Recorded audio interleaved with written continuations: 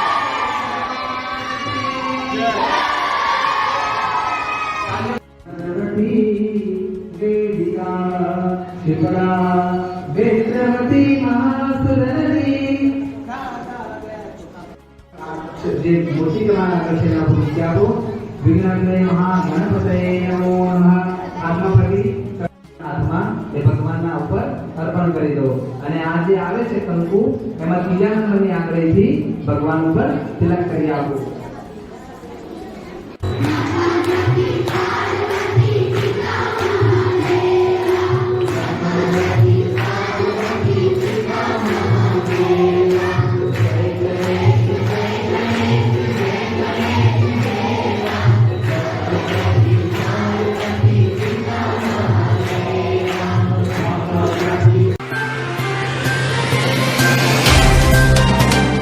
WhatsApp, Twitter, Facebook, Insta जहाँ भी आपका अकाउंट है, इसे शेयर बटन के द्वारा वहाँ पर शेयर करें।